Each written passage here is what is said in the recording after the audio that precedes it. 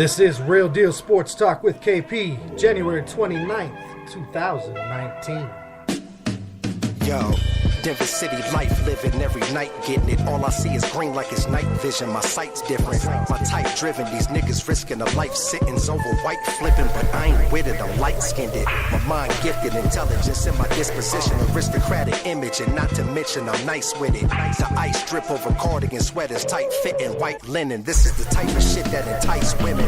The fly shit that I'm on is passing the sky's limits. Why it's not surprising to see that all of these guys live it. I vivid. Solemnly swear the rhyme exquisite with the time I'm giving. My mind flying, defying physics. I stay smooth like sipping out of champagne flutes. Always way cool, but it ain't a thing, just a flame cruise. You lame dudes, this that shit that you can't do. That's why your main boo steady watching me how I make moves. My high city life got me way above the clouds. Paint the audience a picture every time I draw a crowd. I hold my weight with these bars, so make no mistake.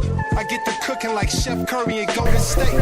I'm motivated, I'm taking off moving vertically. Saying that they were seeing me lyrically, that's absurd to me. Virtually murdering MCs on purpose. Cutting their body parts into pieces is verbal surgery. You say you hot, but you ain't burning to the third degree. Time to bring some urgency in the state of emergency. There's no comparison to us, that's way embarrassing. Making something from nothing like ancient Native Americans.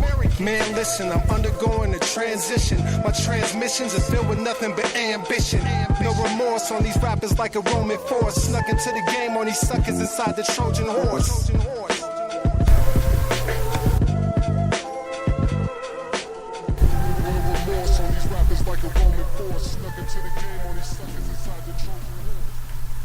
And how is everybody doing today?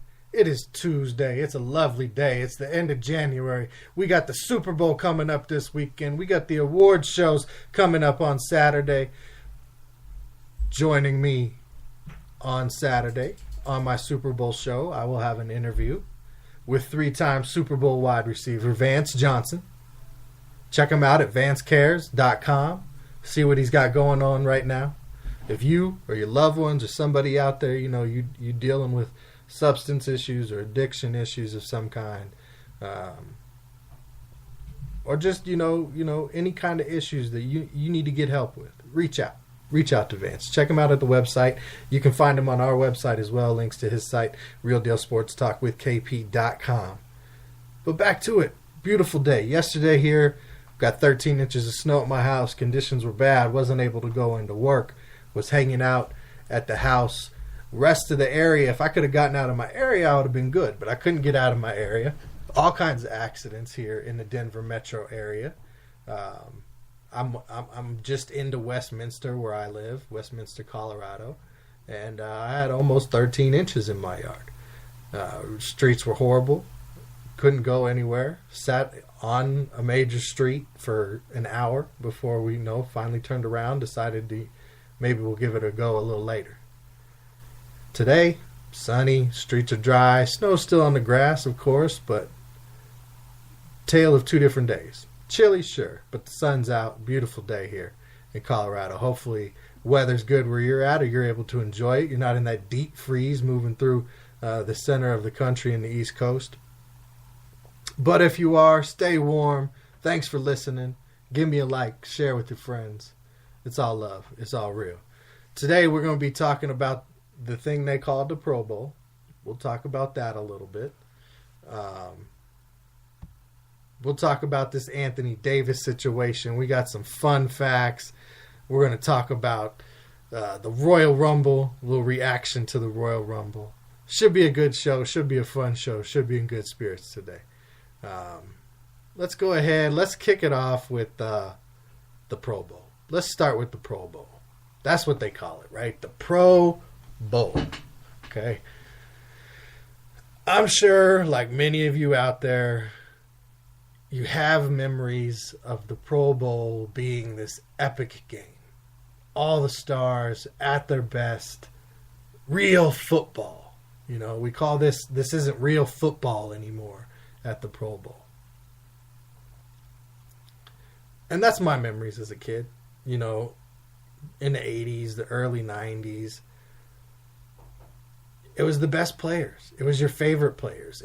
For me, it was what Broncos made it until I became a Lions fan in the early 90s with Barry Sanders. I've told the story before. He was a coach of mine. He was a guest coach at a football camp I went to, David Tate football camp. He played for the Bears and the Colts, and I believe a couple other teams.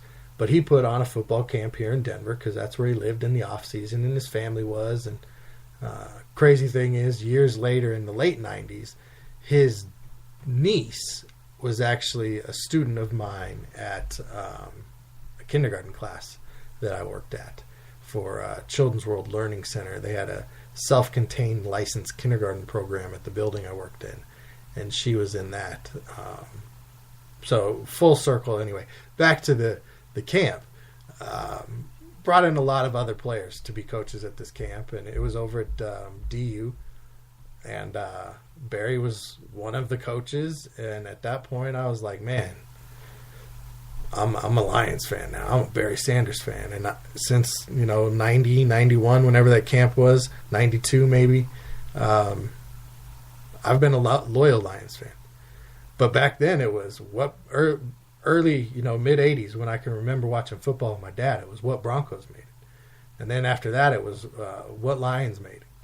And then after that it was who made it, and what were the biggest players there, and who was the best players, and everybody used to go. You didn't have these players with these injuries all the time, or these other things that came up, or some little tweak or something, because they didn't want to be there. It was more of it was different back then. The players were different. The league was different. The game was different. It was just different, and we have to accept that. Our memories are not what it should always be. Everything evolves. Everything changes. And for some of us who are stuck in that way, okay, we need to give up on that's what the Pro Bowl is supposed to be. Give up on the fact that people do like tuning in and watching the game. I watched most of all 4 quarters. I didn't watch all of all 4 quarters. I did watch some of all 4 quarters. I watched most of all 4 quarters. Walking away from it, I thought, what a joke. That was my instant reaction. That was a joke. What did I just watch? Why is the whistle being blown for two-hand touch? Why is the whistle being blown before two-hand touch? Old way of thinking about it. New way of thinking about it. How many thousands of people every year go out to training camp to watch practice, to watch them go through individual drills so that they can see the players? It's a fan event. It's not about the best players competing in a game anymore. This is totally a fanboy event. This is not for the traditionalists. This is not for the diehards. This is not for people who grew up playing, coaching the game. This is for those bandwagon, yip-yah, money-spending fans, fanatics, that just have to have a piece and get a taste. I want to go see them.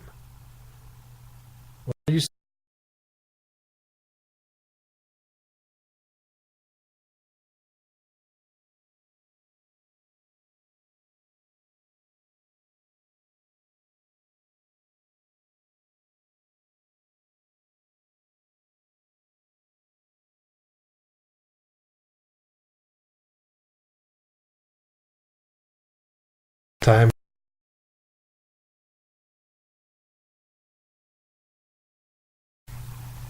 But it was like a practice. And not really. It was like a walkthrough practice with guys doing goofy stuff.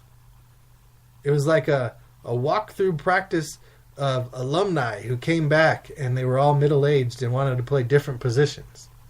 And they wanted to see what it was like to play defensive end and defensive tackle and corner instead of playing on the offensive side of the ball.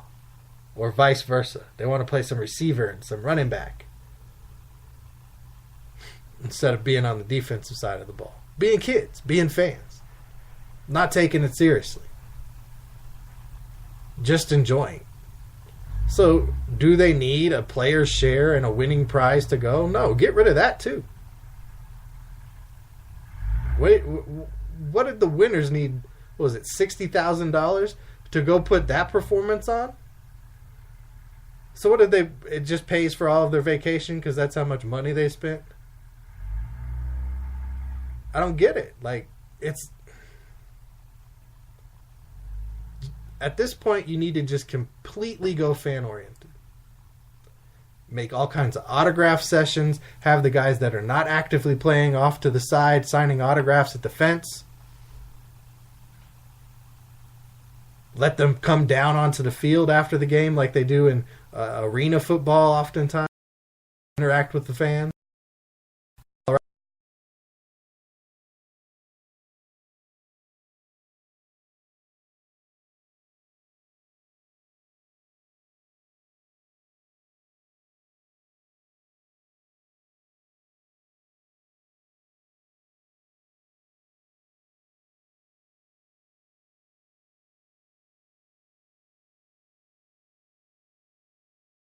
Bring back the fastest man in the NFL race. Let's get the fastest guys out there and have them run. Don't do it when the players in the Super Bowl can't participate. Have this be right before the season. Have it be the week before the playoffs. Find a time when everybody can participate. Or just go to the All-Pro list and don't do this stuff anymore. Do all the fan junk at the Super Bowl and have that be the fan experience. Because personally, I can't keep track of how many Pro Bowlers there are anymore. Because there's the ones that get in, there's the ones that are named by this group and that group, and there's the one who get the most fan votes, and then there's the alternates and this alternate and that alternate.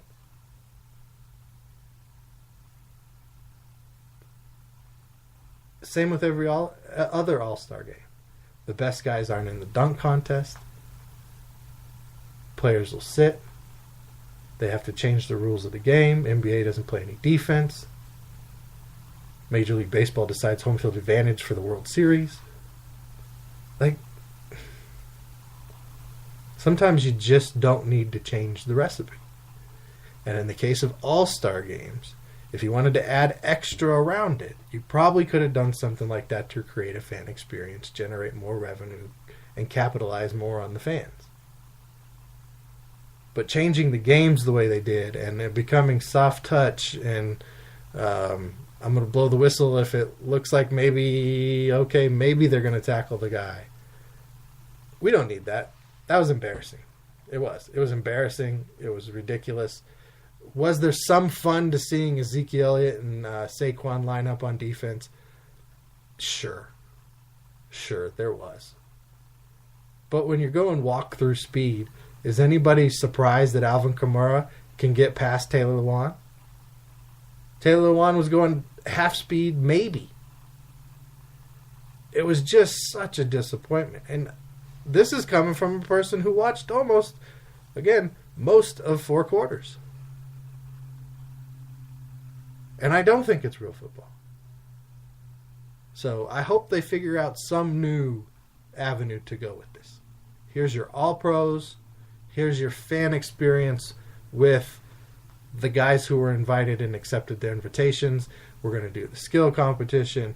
You're going to do dodgeball. We're going to do the bench press. Those things. Agility drills. Have them row a boat. I don't know. But this current recipe, this current format, this current Pro Bowl is a joke. It's a joke. Whew. So now do we take it to Anthony Davis? Big story in NBA. Or do we take it to Sunday night's Royal Rumble 2019? Well, one thing was an embarrassment.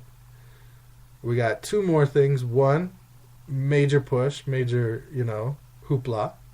And another one that's creating a lot of drama. So do we go hoopla or drama after disappointment?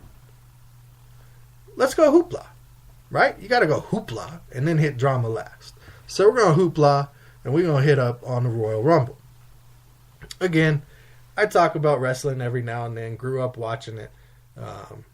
It's a fun physical soap opera. I mean, sports entertainment, physical soap opera, basically. They try and put these storylines in. They try and create false drama. You got real physicality as far as being able to, pick up the weight, throw your body around, drop your body off of stuff. No, they're not actually closed fist punching everybody every time. No, they're not stomping everybody. No, the backbreaker doesn't actually break your back unless you do it wrong. But if you want to focus on what everything isn't, you're not a professional athlete. You couldn't do what they're doing. You're sitting at your house. Like, come on. Let's focus on what it is. And it's entertaining if you let it be. For the most part. For some people, it's just not what they're into. That's fine.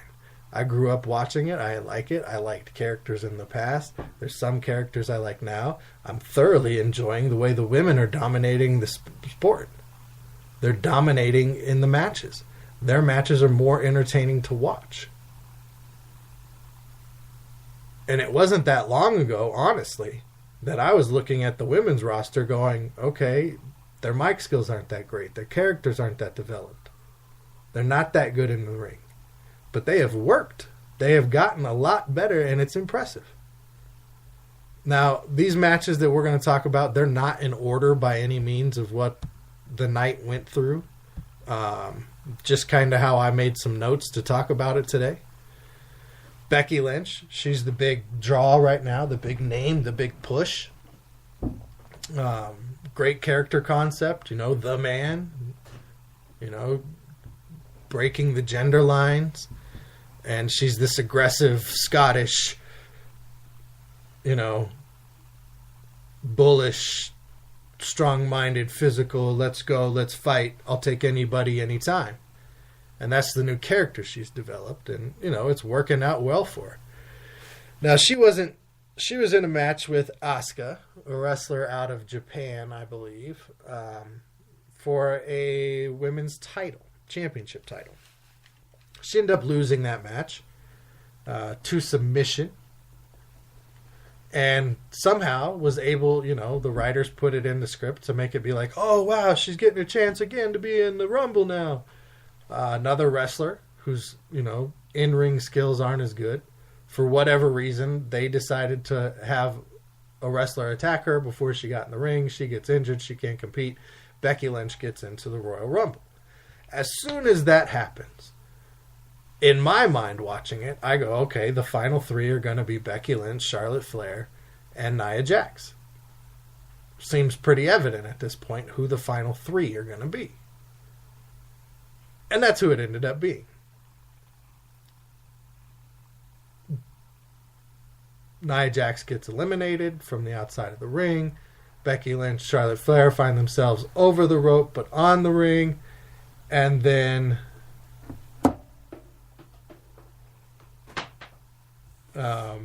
Becky Lynch is able to eliminate Charlotte Flair, winning the Rumble that she was not originally a part of. So I can see how the writers could possibly work this to get either Nia Jax and or Charlotte Flair both back involved in whatever this championship match at WrestleMania is going to be. Which, because Becky Lynch won, she has challenged Ronda Rousey, who is also a women's title holder, to a championship match at WrestleMania this year. Will be the headliner, more than likely will be the best match of the night.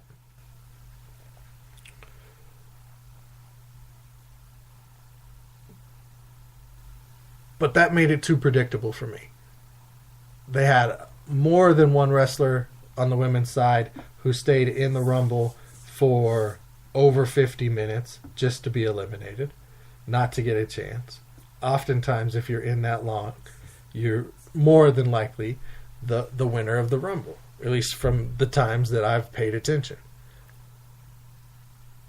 So Asuka keeps her title. Becky Lynch finds another way into a title match.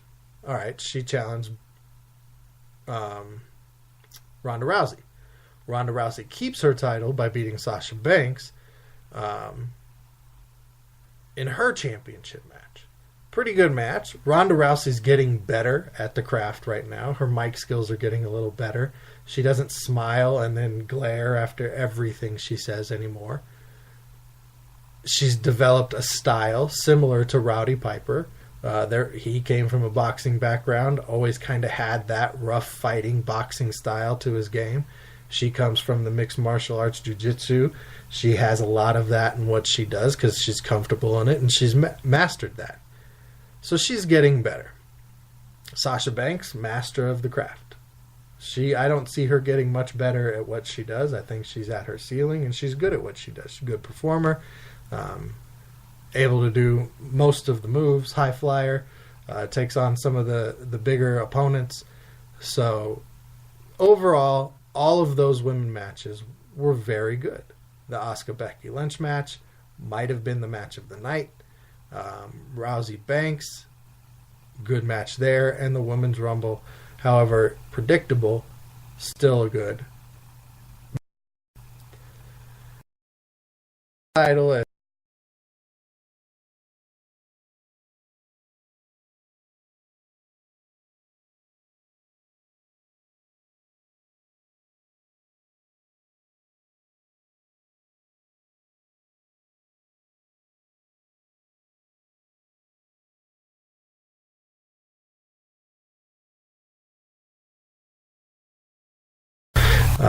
In the ring. But, okay, now the owner is a title holder again. Easy to see how that one got written in. Like, that one's a joke to me.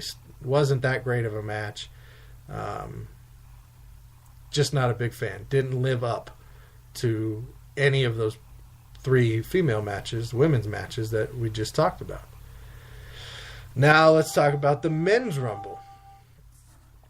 So, Men's Rumble happens, Jeff Jarrett comes back, Kurt Angle's in it, everybody's, predicting all these different people, who's going to be in it, who's going to be the surprise, is it going to be somebody, Kenny Omega, is it Hulk Hogan, The Rock's going to come back, all these ideas.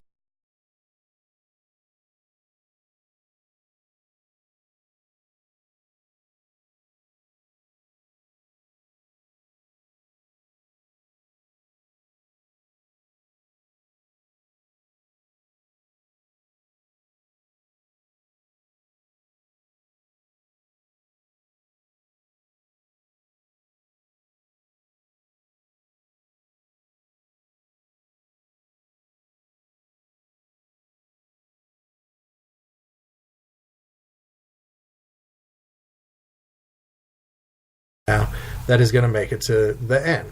You expect one of those names, especially with some of the other matches, like Lesnar wasn't going to be available. He was in a match versus Balor.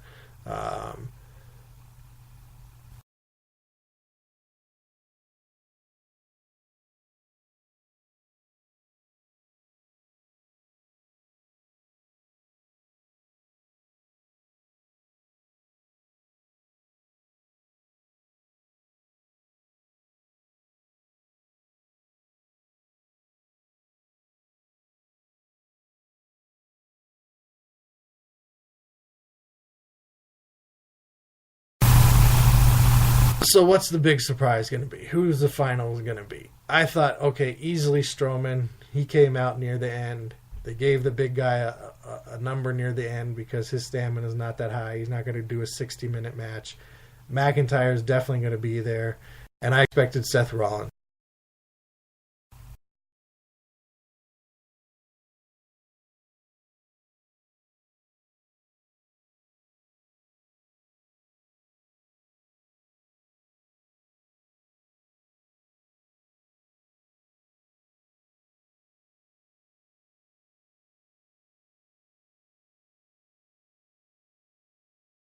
Oh, aha moment. At number 30, here comes R-Truth. But what happens? Nia Jax comes out and assaults him. And unlike when Becky Lynch got into the Rumble, because Lana couldn't compete, and the official was standing there and said, okay, you're in. Nobody told Nia Jax she was in. She just came out, beat up R-Truth, and then found her way down to the ring, made an elimination, got super kicked, drop kicked in the back, 619 and RKO'd and eliminated. good performance. Good to see. She looked great in her, her wrestling attire. She's the fourth woman, I think, to be in a men's Royal Rumble. They thought that would go away with the women's Royal Rumble, but they, being the writers that said both things, obviously have control over all of that. And the men's Rumble, that was the highlight, and it wasn't all that impressive. It wasn't all that shocking. It wasn't all that wow. She didn't end up winning. She only eliminated, I think, one person. Ziggler kicked her in the face. Mysterio 619'd her. Randy Orton RKO'd her. She competed with the men. I mean, blah of a match. Blah of a match. That Seth Rollins ended up winning. So he gets to challenge somebody for a title. Lesnar beats Finn Balor. Balor, he's got a long career as long as he can stay healthy in the WWE. I mean, he can compete with anybody. His style mixes with anybody. And it looks like he actually really hurt Lesnar last night, or on Sunday night, because it seemed like it was still affecting him from the clips I saw of Raw. Daniel Bryan beat AJ Styles with the help of what looks like a Wyatt family reunion, maybe, as one of the former Wyatt family members came out and helped him win his championship. Okay, that match just seemed out of place. It was getting a little long into the event at that point. I hardly even paid attention to it. So yeah, the men's Royal Rumble, not so royal. The women steal the show again. It's setting up for the next major. I mean, there's pay-per-view. They don't do pay-per-view anymore. I don't even know what to call them. Big event for the WWE between now and WrestleMania. But the next major one is WrestleMania, in my mind anyway. And it's setting up for the women to dominate that again. So if you used to be a wrestling fan, I would say tune in again. See what this women's division is doing. If you're a current wrestling fan, you got to love what's out there and what's going on right now. You might have some problems with the men's side and wish things were a little different. You might be sick of this two-brand nonsense where you can't see more of the top talent going against each other. But yeah, check it out. It's fun. I mean, if you can get past the idea that they're pretending that it's real, which they don't even claim anymore. I mean, you can get into it just like you can any TV show, any fiction, any sci-fi, any soap opera. Pick your poison. You can get into it just the same. It's a fun way to get rid of some time if you have nothing to do. All right, so we've gone through the letdown. We've gone through the hoopla. Now, let's go through some drama. And I say drama because everybody kind of has been talking about this for a while, digging up Anthony Davis's old tweets about the Lakers and how he didn't like them and how awkward that's going to be now. It's not awkward when somebody wants to pay you close to $200 million. Okay? It's not awkward when you know when you go to a place you got a chance to win championships. It's not awkward when you know you go to a place and you're going to make millions of dollars outside of what it is you do because of what you do. He's going to build a brand. If he makes it to LA, the Brow will become a huge brand. Top 5 player in the league. Easily. Hybrid player. I was listening to Nick Wright talk about Anthony Davis, and I couldn't agree more with his assessment. Go see what Nick Wright had to say about Anthony Davis. He is the future of this league. He is, at 25, like a Giannis. He is that dual threat, inside, outside, guard, center, three-point shooting, back and down type player. Quite possibly, I don't know if I agree with all of it, but quite possibly a current Hall of Famer. Could be a Hall of Fame player after he retires, when he's done, all said and done. I heard somebody say he was a walking 30-13. I think it was Zach By on The Fan.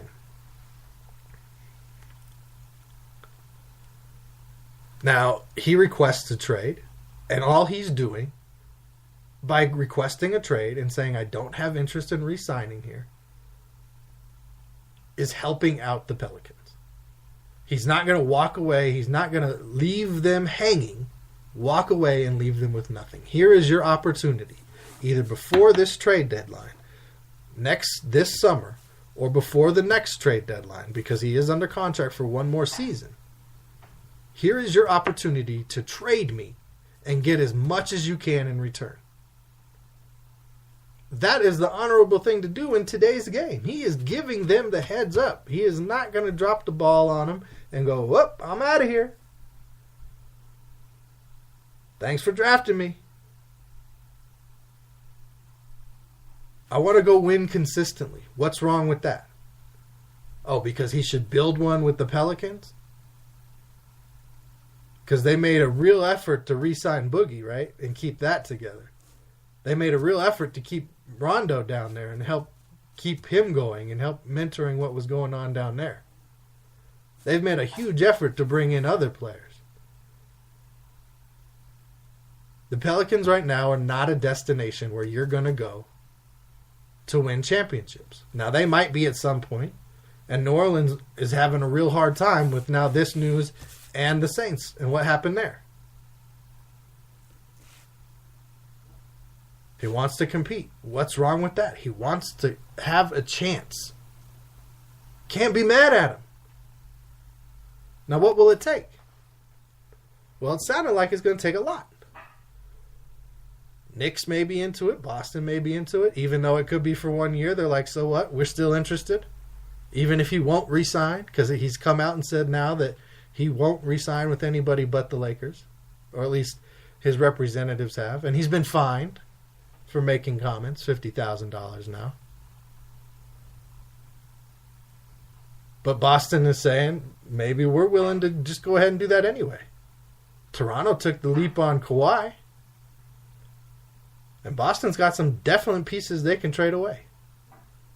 The Knicks, okay, they could swing it, but how is that going to be consistent to win championships?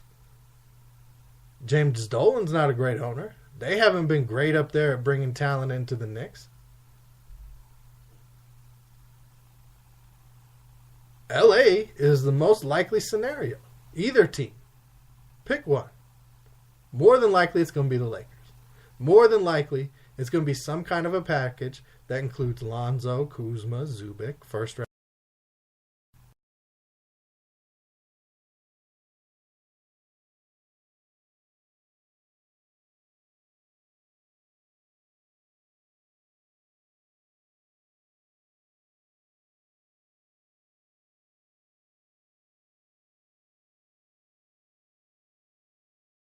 Kyrie ends up out there with this, public love affair that we're seeing between, or at least how it's being described, between Kyrie and LeBron right now, because they apologized and made it seem like they would play together again. Does Melo somehow end up there after the Anthony Davis trade, if he gets traded there?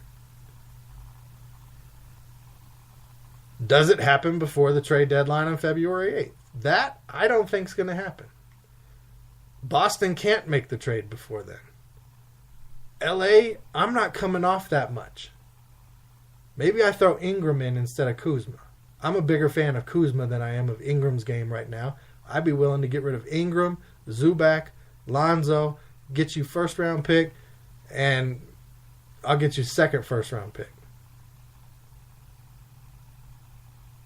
Or Lonzo, Ingram, Zubac,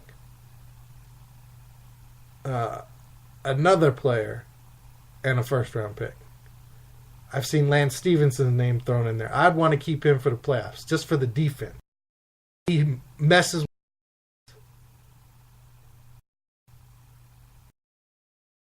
with dirt. Him around. But if I'm the Lakers, I try and make that trade happen now. And now he's getting fined. It's drama. Everybody wants to know. I'm only resigning here. What's going to happen? We got representatives talking. The teams are making statements. I want you to, the league, to fully look into tampering. Man, your feelings got hurt. Your player doesn't want to stay. Thought you could build a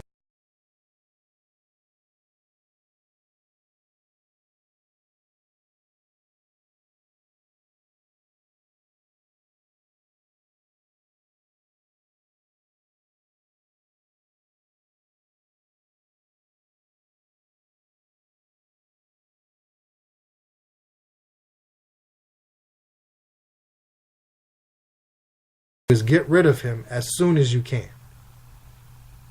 And that may be harsh, but that's real talk. He doesn't have a place there anymore. You got to move on from him. He may be top 5 in the league. He may be walking Hall of Famer.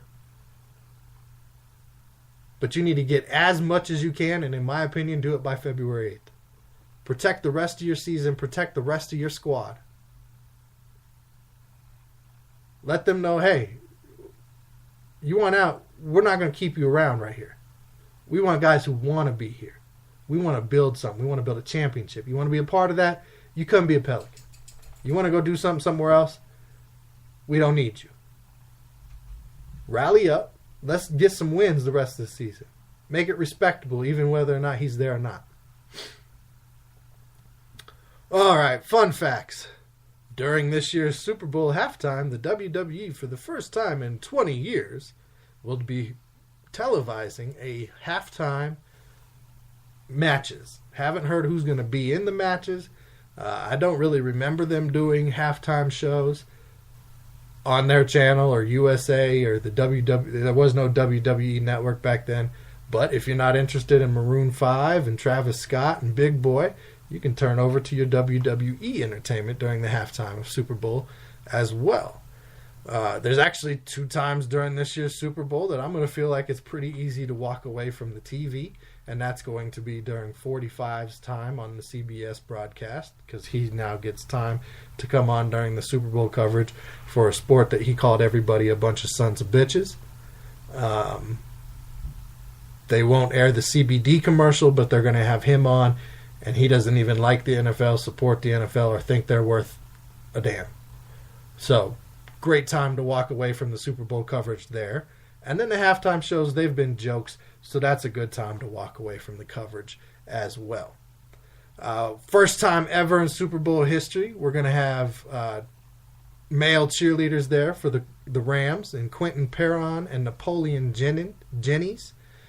Congratulations to them for breaking that barrier. Nothing wrong with men being cheerleaders. I've heard a lot of great stories from male cheerleaders about their experiences as male cheerleaders. Some of them are wrestlers who got hurt and still wanted to do something athletic. Some are football players who got hurt and still wanted to be around athletics. Some, the other sports just weren't for them. Nothing wrong with it. Do your thing. Stop hating on people and appreciate. So congratulations to Quentin and Napoleon for breaking that barrier and becoming not only the first male cheerleaders during this season, but now the first male cheerleaders at the Super Bowl. Field Yates tweeted out, follow Field Yates on Twitter at Field Yates. On this day, 19 years ago, the Patriots hired Bill Belichick as their head coach. Since that time, the rest of the NFL has employed 184 coaches. That's it. That's the show. Until next time, on Saturday with Vance Johnson, we'll break down the Super Bowl. I'll give my predictions. I'm going to talk about some of the storylines I liked from the week. Just be real, people. Just be real.